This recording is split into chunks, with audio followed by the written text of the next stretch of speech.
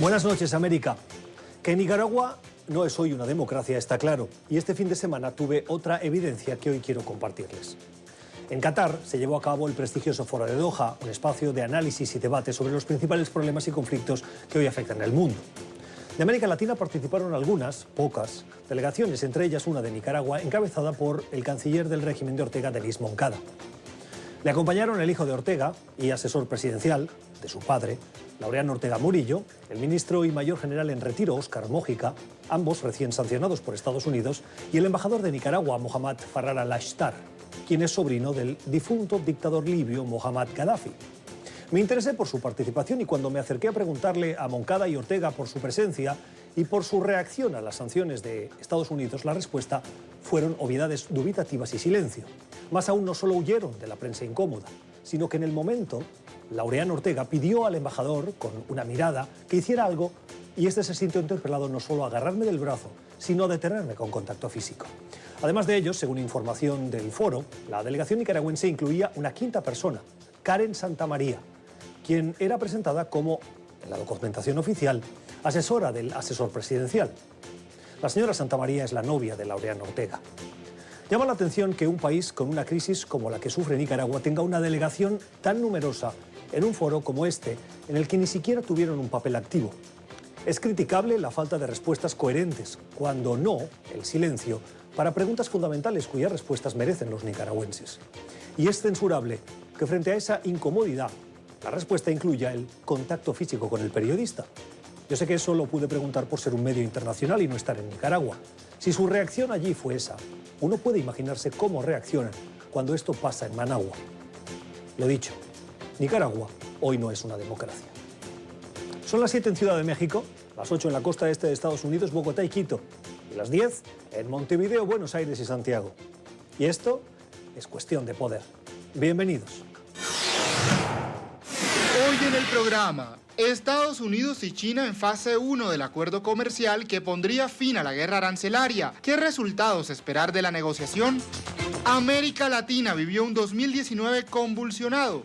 ¿Tendrán las democracias de la región un 2020 de agitación social? Le contamos en qué países los ciudadanos gastan más dinero en época de Navidad. Victory is winning for our country. Hoy comienza un cambio de régimen político. Desde nuestros estudios en Washington, la opinión, el análisis y las voces que nos ayudan a comprender nuestro mundo. Es cuestión de querer, es cuestión de poder. ¡Comenzamos! Y lo hacemos con algunas notas de la actualidad que nos han llamado la atención, a las que les queremos poner notas al pie o la voz de los expertos. La primera, una encuesta que acaba de publicar el rotativo estadounidense Wall Street Journal junto a la cadena de noticias NBC. Le han preguntado a los estadounidenses cómo valoran el trabajo, el desempeño del presidente Donald Trump, y los resultados demuestran cuán dividida está la sociedad estadounidense desde el punto de vista de las cuestiones políticas. Miren los datos. Según esta encuesta, el 91% de los republicanos hoy aprueba el trabajo del presidente Trump y tan solo el 6% de los demócratas le da el visto bueno. 6, 91. Estos son 85 puntos de diferencia. Para que tengan una perspectiva, ¿se acuerdan la primera presidencia del presidente Barack Obama? Que el movimiento del Tea Party creó esa gran ola de protesta de inspiración muy conservadora en contra del mandatario estadounidense, que en algunos casos tenía tintes de rechazo racista por el origen afroamericano del presidente de Estados Unidos. Bueno, pues la división hoy es 20 puntos porcentuales superior a la de aquel momento de máxima o de gran tensión en la política estadounidense. Eso para que tengamos la perspectiva de cuán dividida está hoy la población de Estados Unidos, de la Unión Americana. Otra cuestión de la actualidad, pero que esta nos lleva a América Latina. Estamos a las puertas de la Navidad, del momento en el que gran parte de este continente y del mundo en general, pero de América Latina en particular, me atrevería a decir, celebra estas fechas de una manera muy especial. Hay tradiciones, hay reuniones familiares y para muchos, la gran mayoría, hay gastos. Una encuesta que ha sido realizada en este caso por la página de promociones Picodi en 5 países de nuestro continente, de la región latinoamericana, muestra quién gasta más y en qué. Miren los datos. Al frente de esa lista, los chilenos, que gastan un promedio per cápita en estas fechas de Navidad de $379 estadounidenses. La comparativa toda es en dólares. Seguido de Chile con 368, Perú con un poco más de 300, Argentina unos 290 y Brasil 282. Estos son los promedios. Lógicamente, muchos de los que nos están viendo deben decir, yo me gasto bastante más, pero piensen que aún hay muchas desigualdades en América Latina y que la gente que no tiene tanto no se gasta tanto, y que para que lleguen a este promedio, si uno tiene en cuenta, por ejemplo, el salario mínimo en los países, uno se da cuenta de que las cifras son realmente astronómicas en algunos casos. El gasto de las fechas de Navidad, algo que a todos nos afecta, ¿no? Continuamos. Otra referencia de noticias de este fin de semana ha sido el foro de Doha, el foro internacional que se ha llevado a cabo en la capital de Qatar. Saben que NTN24, ayer hicimos el programa desde Doha, hoy ya les hablamos desde Washington, pero hacíamos el programa desde allí y estuvimos cubriendo esos debates, esos seminarios, en los que NTN24 fue medio invitado. Participaron 250 oradores, más de 4.000 participantes, y se abordaron cuestiones que hoy afectan al planeta: el cambio climático, la pobreza, la ocupación de tierras, problemas estos que América Latina los conoce bien porque también le afectan y de una manera importante. A esta hora de la noche queremos saludar a la portavoz del Gobierno de Qatar, del Ministerio de Relaciones Exteriores, y la directora ejecutiva de ese foro, la señora Lowaj Al-Qater. Señora Al-Qater, gracias por estar con nosotros. ¿Qué valoración hace de estos 2 días de análisis? Muchísimas gracias por la invitación. En realidad estamos complacidos de tenerlos aquí en Doha para asistir al foro de Doha. Esta fue la 19ª edición del foro y el tema del foro fue la reinvención del gobierno en un mundo multipolar. Tuvimos cerca de 4.000 participantes, así como 300 portavoces y unos 30 acuerdos que firmamos en este foro. Tuvimos líderes de Latinoamérica, tuvimos muchos ministros, oficiales, periodistas, académicos, y cubrimos una variedad de temas, desde el cambio climático hasta asuntos de género, desarrollo económico, temas del Oriente Medio, así como asuntos internacionales, incluyendo Latinoamérica. Señora Al-Qater, ¿por qué Qatar está interesada en abordar todas estas cuestiones, esta problemática de interés global? En realidad esto es parte de la visión de Qatar, una visión que comenzó con Su Alteza Real, el Padre Miri, y continuó con Su Alteza Real, Yertemin Benjamin.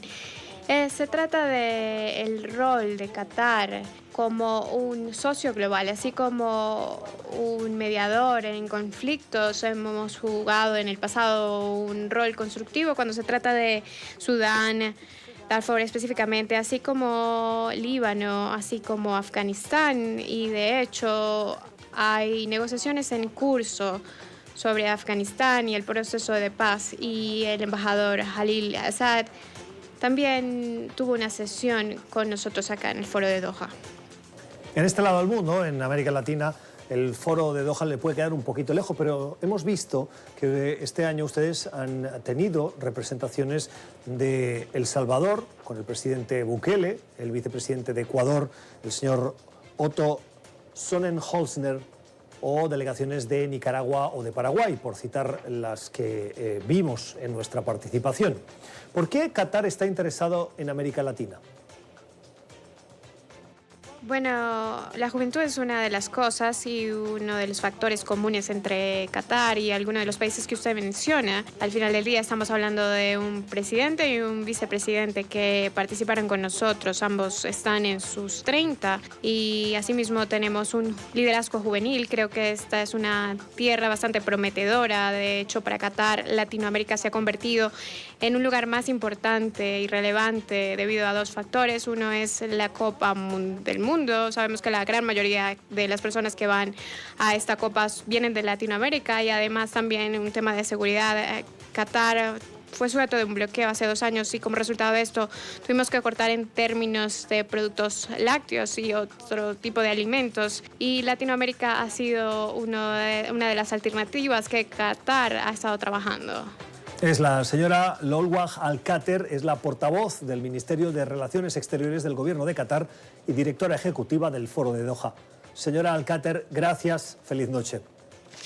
Nuestra lectura recomendada, hoy nos vamos a una reseña. Se acaba de publicar un interesante estudio en la revista americana de economía, The American Economic Review, que han liderado 3 académicos y que lleva por título El legado político de la televisión de entretenimiento. Es a raíz de los resultados de este trabajo analítico que el intelectual y director del programa de aquí en NTN 24, Efecto Naim, Moisés Naim, publica un artículo que se reproduce no solo en el periódico El País de España, sino en otros medios de la región latinoamericana.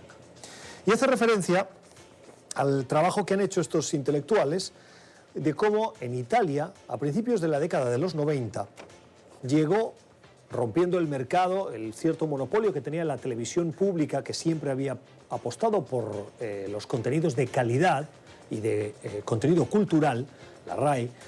Llegó Mediaset, del empresario y excéntrico, si me permiten, Silvio Berlusconi. La penetración de Mediaset en Italia fue lenta. Algunas regiones empezaron a recibirla antes que otras. Y los académicos han cruzado datos sociológicos de votantes, de audiencia, de distribución, de los tipos de programas que se emitían y en qué zonas se podían ver. Y han llegado a la conclusión de que los que vieron Mediaset con ese tipo de contenidos tienen un comportamiento electoral, político y social distinto en su vida de los que continuaron consumiendo medios de comunicación que apostaban, como la RAI, por contenido serio, por contenido cultural. Los datos muestran que quienes crecieron viendo los contenidos de Mediaset terminaron siendo adultos cognitivamente menos sofisticados y con menor conciencia cívica que sus pares que no tuvieron acceso a estos programas. En otro ejemplo, las pruebas psicológicas administradas a un contingente de jóvenes militares revelaron que aquellos que provenían de regiones donde se podía sintonizar la estación de Berlusconi tenían un desempeño de entre 8 y 25% más bajo que el de sus colegas que no vieron esa televisión en sus años formativos. Lo mismo encontraron con respecto al desempeño en matemáticas y lectura. Los niños y adolescentes que fueron televidentes de Mediaset tuvieron, como adultos, resultados significativamente inferiores a quienes no tuvieron acceso a esos canales. Interesante, ¿no creen? Además, está el impacto político. Y es que los que consumieron ese tipo de contenidos audiovisuales más frívolos, si se puede decir así, tienden a votar, cuando entran en la edad de poder ejercer el derecho al voto, a opciones más populistas. Y ahí los académicos establecen una relación. Y terminamos con una noticia en positivo, una noticia de 2 personas que dan ejemplo. Fíjense, se trata de John y Charlotte Henderson. Son 2 estadounidenses que las edades de ambos sumadas llegan a los 211 años y 175 días. Llevan 80 años casados. Se conocieron en 1934 en la Universidad de Texas y se casaron en 1939. Imagínense lo que ha llovido desde entonces. La celebración ha entrado en el libro Guinness de los récords y con toda seguridad podemos afirmar que su historia de amor ha superado las contradicciones del tiempo. Ya regresamos.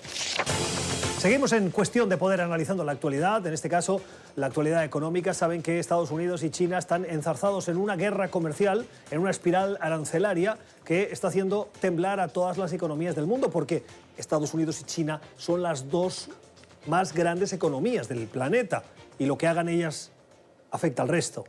Bueno, hace unos días, el viernes a última hora, Estados Unidos y China anunciaron el principio, la fase 1, dice la Casa Blanca, de un acuerdo para intentar enfriar un poquito esa guerra comercial, una guerra que sigue y que sigue bien caliente. El principio de acuerdo lo que implica es que Estados Unidos no va a aplicar unos porcentajes de aranceles que tenían que entrar en vigor este mes de diciembre, a cambio de que China incremente la compra de productos agrícolas y productos manufactureros. Los agrícolas son relevantes porque el presidente Trump tiene un grupo de votantes importantes en el medio oeste de Estados Unidos que están muy molestos con esos aranceles porque han visto cómo China ha dejado de comprarles. Y con esto el presidente también intenta lanzar un mensaje a su base para decirle: yo sí estoy pendiente de lo que ustedes están sufriendo por esta guerra comercial. Bueno, vamos a saludar a Arantxa González. La señora González, que vive en Ginebra, es directora ejecutiva del Centro de Comercio Internacional. Este Centro de Comercio es una organización que depende de Naciones Unidas y la Organización Mundial del Comercio. Señora González, gracias por estar con nosotros. Bienvenido a Cuestión de Poder. Siempre un placer. Le quiero preguntar por ese principio de acuerdo. ¿Qué opinión le merece que estos dos países hayan hecho este anuncio? Bueno, el acuerdo entre Estados Unidos y China es un primer paso, el propio acuerdo lo dice, un primer paso que lo que hace es calmar los mercados, traer un poquito más de tranquilidad, muy importante, especialmente para América Latina, que estaba sufriendo de la volatilidad generada por este gran conflicto entre Estados Unidos y China. Pero bueno, lo que importa ahora no es el primer paso, sino qué tipo de primer paso es este y si va este primer paso a seguir avanzando, porque lo que hay es una cuestión de fondo, más allá de que uno quiera comprar un poquito más de este producto y vender un poquito más de este producto, hay problemas de fondo que no solamente afectan a China y a Estados Unidos, afectan al conjunto de los países que forman la economía global. Importan a Brasil, importan a Argentina, importan a Chile, importan a Costa Rica, y creo que sería importante traer esta segunda fase de la discusión quizás al lugar que le corresponde, que sería la Organización Mundial de Comercio. Este conflicto entre Washington y Pekín lo comenzó el presidente Trump, acusando a China de abusar del sistema estadounidense y de competencia desleal. ¿Tiene razón, al margen de las consecuencias negativas que tenga esta guerra comercial, tiene razón el presidente Trump de acusar a China de ese comportamiento y de aprovecharse con esa competencia desleal?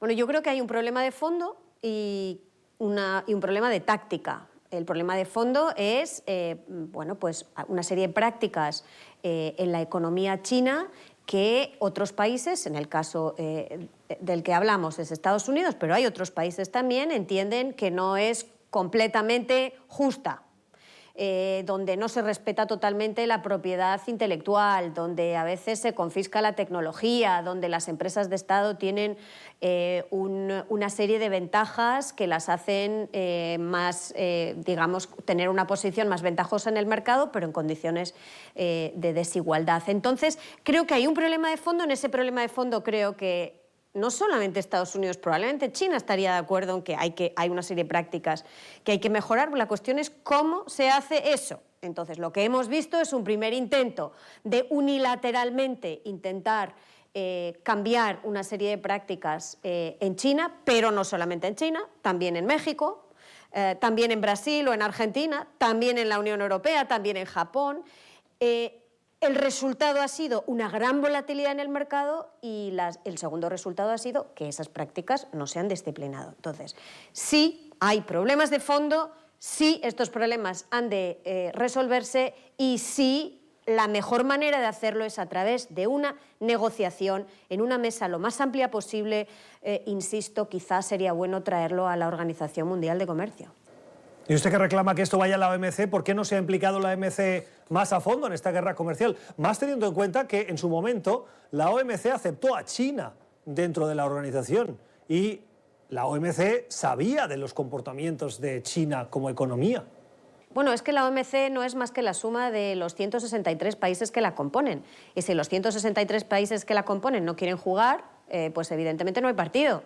Y lo que ha ocurrido aquí es que no se ha querido que la organización juegue, no se ha traído este problema a la organización. Se ha preferido resolverlo por medidas unilaterales y en un segundo momento ahora quizás a través de una discusión bilateral. Creo que esta es una discusión estructural, una discusión sobre la estructura de la economía global y por lo tanto creo que el lugar más, no solamente más legítimo, sino el más eficaz quizás sea la Organización Mundial de Comercio. Señora González, ¿teme usted que el interés político nacional, partidista, puede acabar poniendo en riesgo la solución, el alcanzar un acuerdo para solucionar estos conflictos?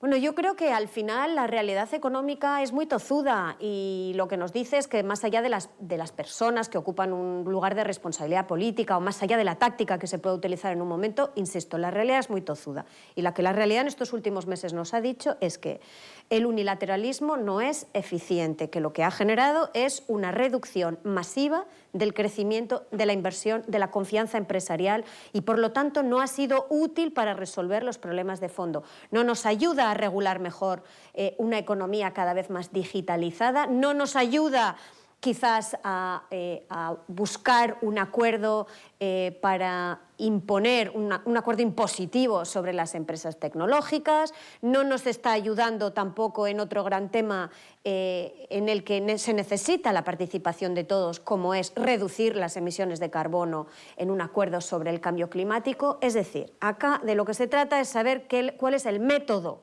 que al final va a ser más efectivo para todos los países, para todos, insisto, también para Estados Unidos, en la gestión de la interconexión de nuestras economías, de nuestras sociedades y, desde luego, de nuestro ambiente. Hablemos también del Mercosur, que acaba de firmar un acuerdo, han llegado a un acuerdo con la Unión Europea, otro gran mercado común en el mundo. El Mercosur está compuesto hoy por Argentina, Uruguay, Paraguay y Brasil, pero las dos grandes economías de ese Mercosur, Argentina y Brasil, están en franca animosidad política. ¿Cree que esas diferencias del gobierno de Bolsonaro con el de Alberto Fernández pueden acabar poniendo en riesgo el futuro del Mercosur?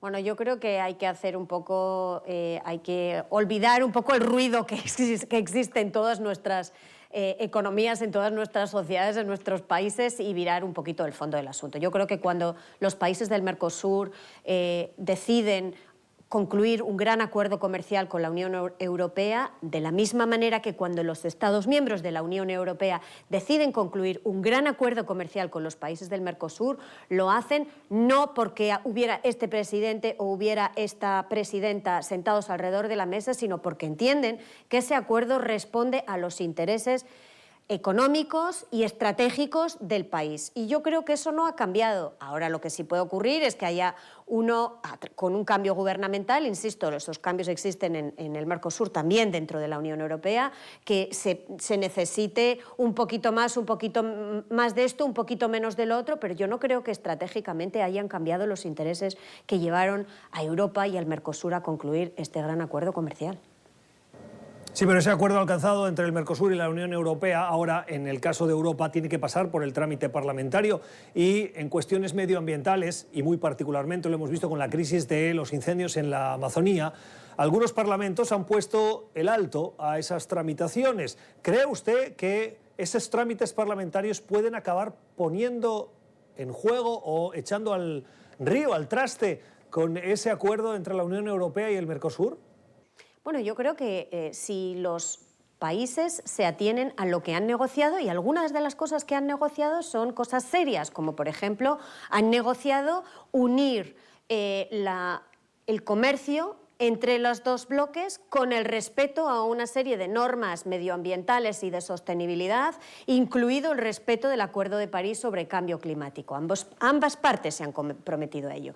Yo creo que si ambas partes respetan lo que han negociado, no solo la letra, también el espíritu de lo que han negociado, no creo que sus parlamentos les den ninguna sorpresa. Ahora, si en los próximos meses demuestran que lo que negociaron y firmaron no era tal, y si se desvían de eso, insisto, en el espíritu, en la letra de lo que se acordó, pues imagino que tendrán dificultades con algunos parlamentos que son escrupulosos a la hora de escudriñar, que es su tarea, lo que firman los gobiernos en nombre de los ciudadanos que ellos representan.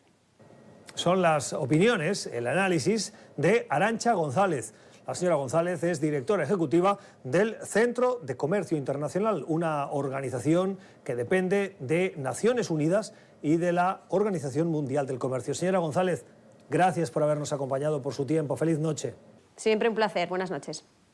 Esto es Cuestión de Poder. Ya regresamos. Tiempo para el análisis en Cuestión de Poder. Se acaba de presentar el informe sobre democracia de la organización IDEA Internacional.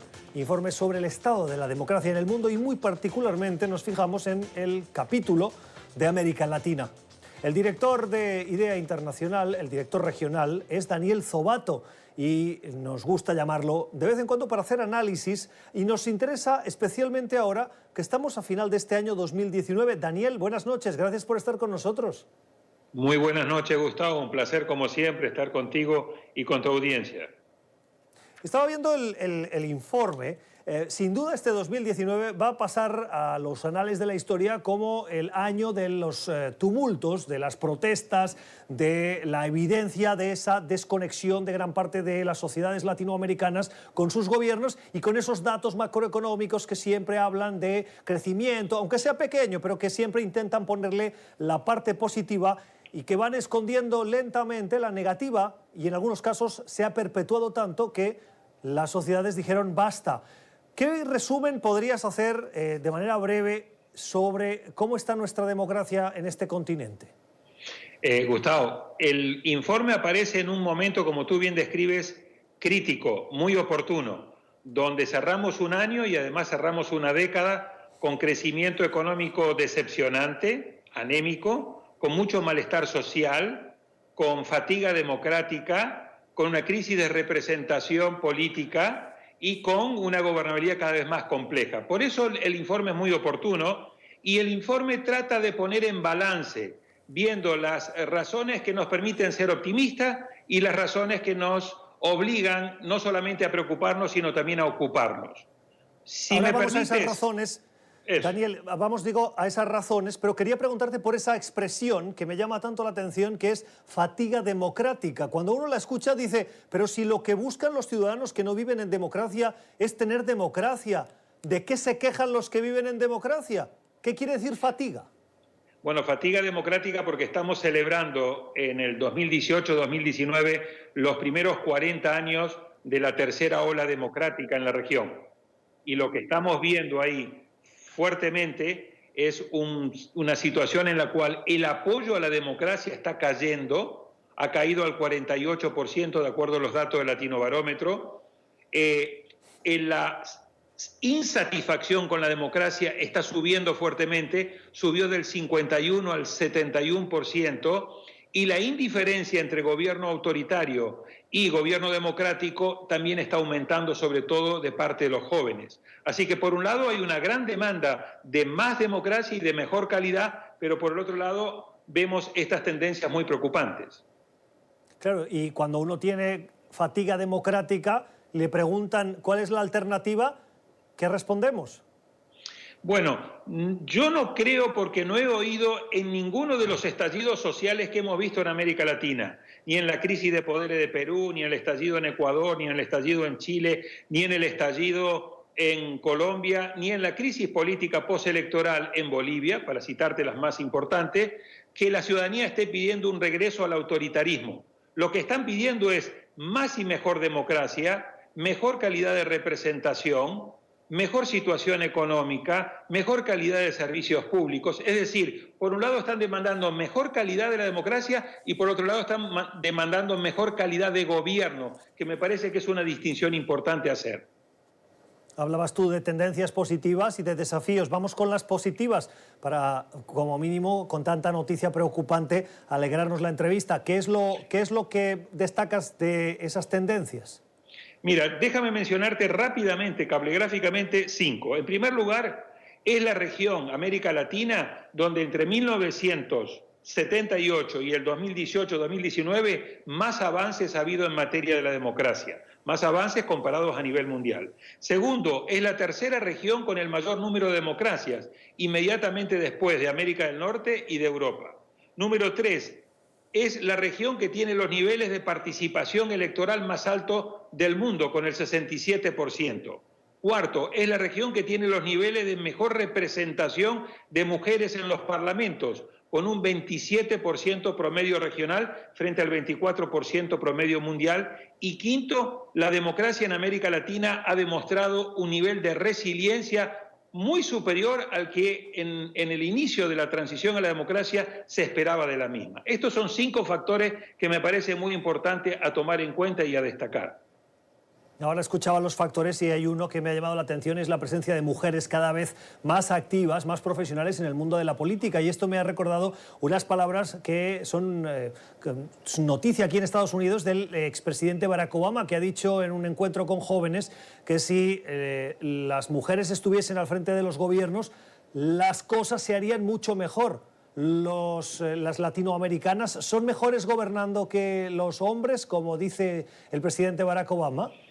No sé si son mejores gobernando, pero sí creo que una sociedad democrática que está integrada básicamente 50% por hombres y 50% por mujeres debe seguir luchando para buscar una paridad de género y que esa paridad de género esté presente en todas las instancias de gobierno. La mala noticia de esta buena noticia que estábamos dando es que lamentablemente del superciclo electoral latinoamericano sale una región latinoamericana sin ninguna mujer presidenta a partir del año 2019. Bueno, eso puede ser un buen dato para que tomen en cuenta si queremos hacer caso a Barack Obama. Nos fijamos en el dato este de que Latinoamérica es la tercera región del mundo más democrática, con el 86%. Claro, si la comparamos con Europa, que es del 93%, o con América del Norte, que es del 100%, ese 86%, ¿dónde está el porcentaje que falta? Me imagino que Cuba, pero ¿quién más? Bien, los elementos que surgen de este informe también es cuando hablamos de la calidad de la democracia, deberíamos hablar de la calidad de las democracias en América Latina porque hay una enorme variedad. Desde Uruguay, que encabeza la lista de las democracias de mejor calidad y es una de las 21 democracias de mejor calidad en el mundo, Costa Rica también tiene un muy buen nivel de calidad de la democracia. Democracias o países con calidad de democracia intermedia, Argentina, Brasil, México, etcétera. Democracias de baja calidad o con mucha debilidad, el caso de Haití y de varias otras, pero también tenemos sistemas híbridos, es decir, sistemas que no son ni democracia completas, ni sistemas autoritarios completos. Un ejemplo, Honduras, otro ejemplo, Guatemala. Y a su vez tenemos sistemas autoritarios, y los sistemas autoritarios en este momento son Cuba, Venezuela, claramente el caso de Nicaragua. Entiendo. Bueno, decir híbrido es, en el fondo, no quererlo llamar democracia completa o democracia plena, porque hay tics autoritarios por parte de los gobiernos que se visten de demócratas, pero que en el fondo o su proceso de elección o su manera de gobernar con ausencia de división de poderes es patente que adolece de toda calidad democrática, ¿no?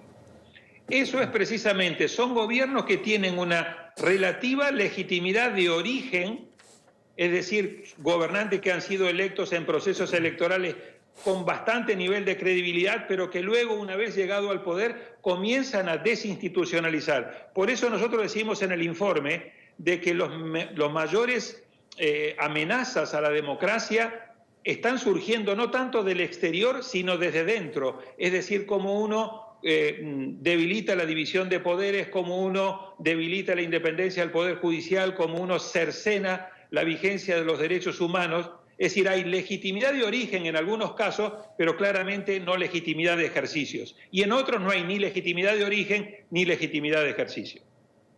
Interesante. Hablabas de democracias plenas y situabas a Uruguay a la cabeza, seguido probablemente en esa lista de países latinoamericanos de Costa Rica. Debe haber muchos elementos que hacen que estos países tengan esa alta calidad democrática. De todos esos elementos, ¿podrías darnos uno o dos que son fundamentales y que el resto de países, ciudadanos que nos están viendo en otras zonas del continente, tienen que empezar a reclamar para que se aseguren que en sus democracias esos elementos estén y que garanticen esa calidad democrática? Bueno, en primer lugar, en el caso de Uruguay, es un país que tiene una enorme tradición democrática. Segundo, gobernantes que respetan la división de poderes. En tercer lugar, un país que tiene los niveles más altos de cultura política, de apoyo a la democracia, de apoyo a los partidos políticos, de tolerancia, de respeto a los derechos humanos. En cuarto lugar, son países que tienen procesos electorales con altísimo nivel de participación electoral. En las últimas elecciones que tuvieron lugar en octubre y noviembre de este año en Uruguay, el nivel de participación electoral estuvo cercano al 90%. Y algo muy importante, creen mucho en las instituciones. Recuerda que en la segunda vuelta la diferencia entre el primer lugar y el segundo lugar fue un puñado de votos. La Corte Electoral tuvo que contar durante 4 días para definir quién había sido el presidente, y eso se resolvió de manera pacífica, con mucha tolerancia, con mucho respeto a la autoridad electoral, cosa que en otro país hubiera generado un gran nivel de conflictividad, como lo hemos visto en otros casos. Y no sé si fuiste tú en una reciente entrevista en el que destacabas que en el caso de Uruguay esa tolerancia por la diferencia ideológica llevó incluso a ciudadanos que salieron a manifestarse a la misma hora de opciones políticas distintas y que acabaron juntos en una plaza cantando todos el himno nacional. Correcto. Es un video y una foto que realmente me emocionó, porque es ahí donde tenemos que ir. Cómo mantener nuestras diferencias, cómo defender nuestras diferencias, pero al mismo tiempo cómo ser tolerantes y tener este elemento de amistad cívica que pone al país siempre por encima de los partidos. Así que creo que Uruguay nos sigue dando el ejemplo. Yo lo he llamado el rincón nórdico de América Latina, separado del resto de América Latina en gran parte por el río más ancho del mundo, pero creo que es un modelo a imitar. No es un país perfecto, sí, pero es un modelo a imitar, tiene sus problemas, como hemos visto, una economía que se ha ido quedando estancada, una inseguridad que ha ido aumentando, unos problemas en el sistema educativo, pero claramente en materia de democracia es un ejemplo que tenemos los latinoamericanos de cara al mundo. Sí, ¿se imaginan ustedes ver, por ejemplo, a partidarios de Evo Morales con partidarios de Yanine Áñez en la misma plaza cantando el himno nacional después de manifestarse cada uno por sus opciones políticas? O en el caso, por ejemplo, de Venezuela, si nos vamos ya más al extremo, los partidarios del régimen de Maduro con los miembros de la oposición o personas que buscan y que reclaman un cambio en el país. Inimaginable, eso pasa en Uruguay dentro de esa calidad democrática. Daniel, el informe también habla de desafíos. ¿Cuáles son? Mira, tenemos una larga lista de desafíos, pero me gustaría enumerar los principales. Número 1, lo que decíamos, hay una gran variedad en la calidad de las democracias y por lo tanto es muy importante ser consciente de que no hablamos de un único modelo. En segundo lugar, tenemos también una gran variedad en materia de integridad electoral. Como decíamos, hay países que organizan las elecciones de manera ejemplar, Uruguay es uno de ellos, Costa Rica es otro, las recientes elecciones en Argentina también se llevaron a cabo con mucho respeto a la institucionalidad, pero hay otros procesos electorales en los últimos años que adolecen de los niveles básicos de integridad electoral. Fueron las elecciones de Honduras, de la reelección del presidente Hernández, afectado de gravísimos niveles de irregularidad. Fueron las elecciones, la farsa electoral que tuvo lugar en Venezuela, donde fue reelecto Maduro, sin ningún tipo de legitimidad, y las recientes elecciones también rodeadas de mucha irregularidad y de fraude, como fueron las elecciones en Bolivia. Así que también ahí tenemos una diferencia muy importante. En tercer lugar, acá tenemos un combo, una combinación tóxica de los principales males latinoamericanos que afectan la calidad de la democracia. Este crecimiento anémico, decíamos, las promesas incumplidas, combinado con una crisis de representación, es decir, una crisis de credibilidad en los partidos políticos y en los parlamentos, combinado con altos niveles de corrupción, combinado con altos niveles de inseguridad ciudadana. Todo eso, combinado a su vez con un débil Estado del Derecho, genera muchos problemas de gobernabilidad y está en la causa de muchos de los estallidos sociales, porque como corona de todos estos déficits hay que poner que tenemos los niveles más altos de desigualdad. Termino ya, Daniel. Estas protestas que hemos visto en Chile, en Ecuador, en Bolivia, en Colombia, incluso en Panamá, aunque en menor medida, en Haití, también en una medida muy particular, ¿qué lecciones van a dejarnos para este 2020? Quiero decir, ¿se han calmado ya las aguas porque los gobiernos están reconduciendo esas situaciones y en el 2020 lo que vamos a ver es políticas para responder a esas demandas sociales? ¿Es eso lo que viene para el 2020 o las protestas continuarán? Vamos a ver ambas cosas. Yo vaticino un 2020 muy turbulento. Si el año 2019, sobre todo esta primavera caliente del octubre, noviembre, fue un conjunto de estallidos sociales que en muy pocos casos fueron anticipados. Yo sí te digo, querido Gustavo, que el 2020 va a ser un año mucho más complejo en materia de gobernabilidad, un crecimiento que no termina de arrancar, unas demandas ciudadanas que van a seguir en aumento, unos niveles de inseguridad ciudadana, de corrupción que siguen estando ahí presentes, un malestar con la política y con las élites tradicionales producto de esta crisis de representación. Así que creo que las causas que han generado el estallido social, y de nuevo insisto, particularmente las promesas incumplidas y los altos niveles de desigualdad, siguen presentes, y por lo tanto creo que vamos a tener este año de la rata en el calendario chino, que va a ser un año tremendamente turbulento en América Latina y también me animo a decir a nivel mundial. El año de la rata en América Latina, el calendario chino. Qué buena referencia esa. Gracias, Daniel, qué gusto oírte. Si no nos hablamos antes, que tengas unas felices fiestas. Vamos al 2020 a continuar analizando esta situación social, política de las democracias latinoamericanas, y seguro tu punto de vista nos continúa ayudando a comprender qué está pasando y por qué. Que tengas una feliz noche. Muchísimas gracias, Gustavo, a ti y a tu audiencia. Muy felices fiestas y ojalá podamos seguir en el 2020 tomándole el pulso a la región.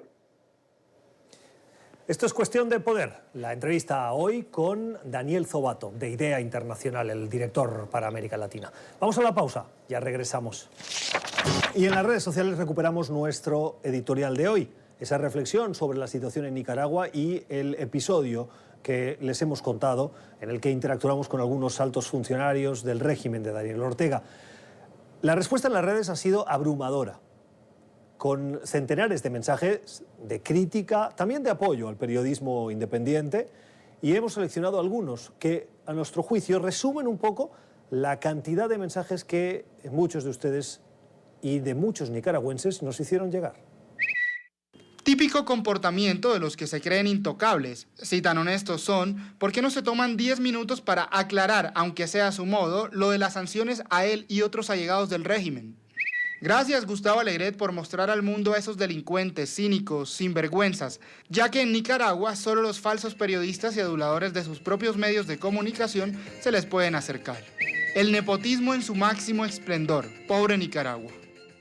Gracias a todos los que compartieron, difundieron y contribuyeron a esa denuncia. Nosotros siempre estaremos con la causa de la democracia. Gracias por la generosidad de su tiempo. Esperemos que hayan aprendido, como lo hemos hecho nosotros, de nuestros invitados. Volvemos mañana a la misma hora. Que descansen.